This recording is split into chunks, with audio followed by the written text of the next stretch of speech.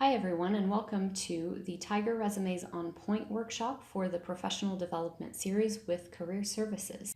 Today we're going to be talking about resumes, and we'll begin by talking about what a resume is and then how to effectively create a resume. Now first, what is the purpose of a resume? A resume serves as your first introduction, so the first contact with a potential employer. It also serves as a marketing tool, so it speaks for you before you can. So when you're constructing a resume, make sure that you think about how this resume appears to someone who's never met you. It also serves as a personal calling card, so it explains your experience and your potential. So the way we're going to be structuring it is to talk both about your experience, but also articulate things so that you can explain what you can do for the employer that's going to be looking at your resume. So how many seconds do you think it takes to make a good first impression? That's right, about 30 seconds. So does your resume pass the 30-second test? The 30-second test essentially is when somebody is looking at your resume for the first time and they are reading over it, they'll probably only look at it for about 30 seconds. And if they like what they see, they'll continue looking at it longer, but you need to make sure that you make a good first impression during those first 30 seconds so that they will dive into it deeper. So here's a sample resume. This will give you a little bit of an idea of how to structure your resume so that you can make that good first impression during the first 30 seconds. I will talk through each of the sections so that you know what to put in what order, and then we'll talk about some optional categories that you can include as well. So how do you create an effective resume? Make sure that you keep it clean and clear, and you'll want to keep it all on one page. This is really important, and so you'll want to think carefully about how you're formatting your document. You'll also want to use very readable fonts. So you can have the choice between serif fonts like Garamond or Times New Roman, or you can also choose sans serif fonts, so things like Arial or Calibri. You want to make sure that you keep your font size between 10 and 12 point font.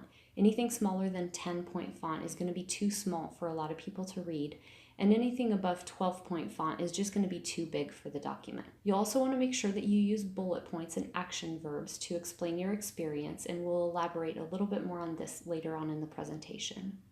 You'll also want to make sure that your categories are clear and that they're formatted consistently. So what should you include on a resume?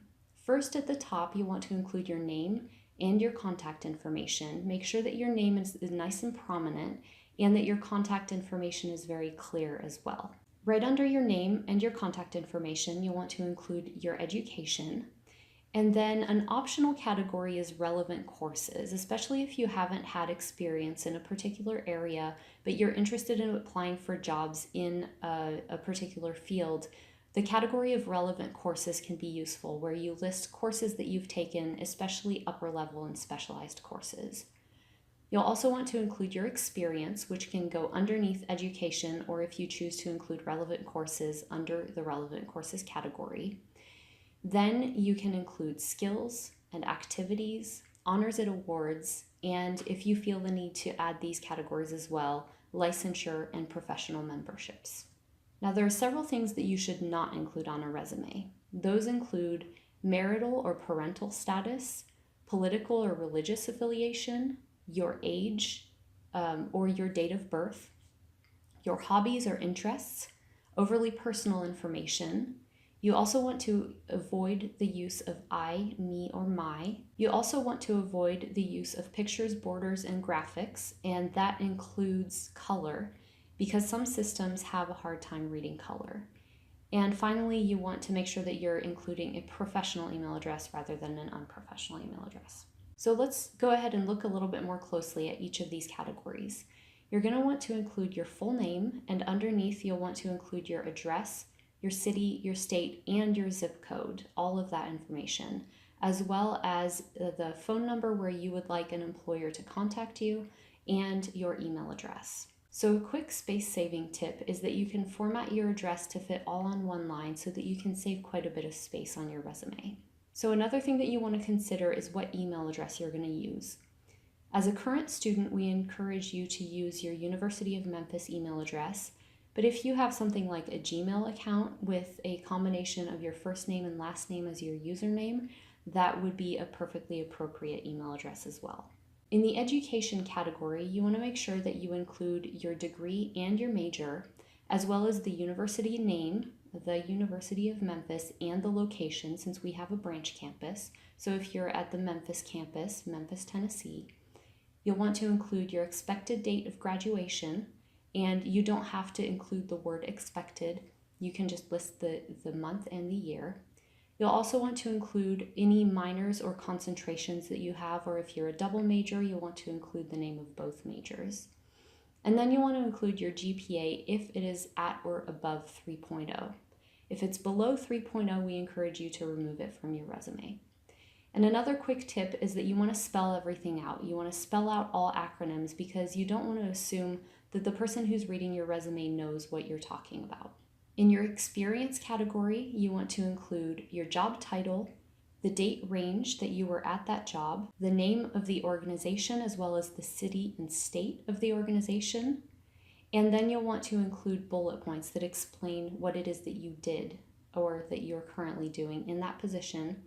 And you want to order your experience from most recent to oldest and only list relevant experience. You don't have to list all of the experience that you have.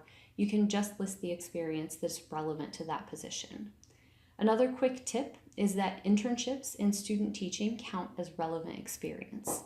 So if you're doing field placement or in some cases even volunteer work, if it's more extensive, you can include that in the experience category.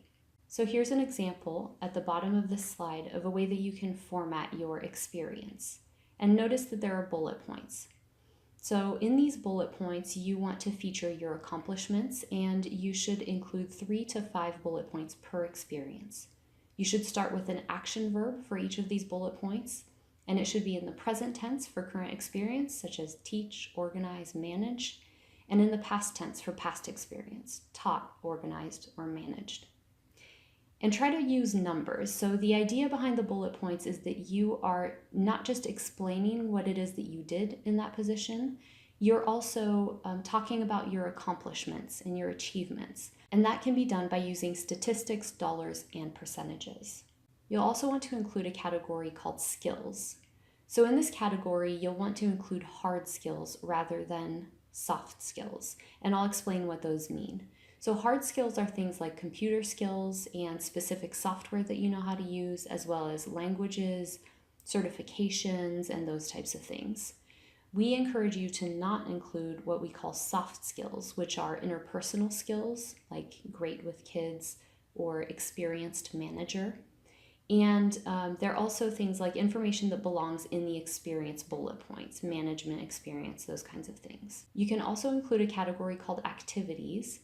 So any student and professional organizations that you've participated in, as well as volunteer work, study abroad, conferences that you've attended or participated in, and you'll want to include the role that you served in that particular activity, the name of the organization, and the location if appropriate, as well as the date or date range of participation. And there's an example at the bottom of the slide right here. So as mentioned previously, there are several other categories that you can include on your resume, and you can decide what's the most appropriate for your situation for your resume. Once you've created your resume, we encourage you to upload it to TigerLink. And first you'll want to create a basic TigerLink account if you haven't used it previously using your U of M credentials. And you can go to memphis-csm.simplicity with 2 Ys.com. And you will click on Students and Alumni. And once you're logged into TigerLink, you'll click on Resumes and Other Documents on the left-hand side, and you can click on Uploaded Documents. Then in Resumes and Other Documents, you can click Add New, which will add your resume to your profile, and then click on Opt-in Resume Book. You'll want to select the Social Sciences Resume Book if you're a social sciences student, and then you will select the resume that you uploaded to your profile, and this will submit it to the Social Sciences Resume Book so that you can get your resume reviewed by a career specialist. Thank you so much for watching this quick presentation on resumes, and we hope that you have gained additional skills on how to create an effective resume.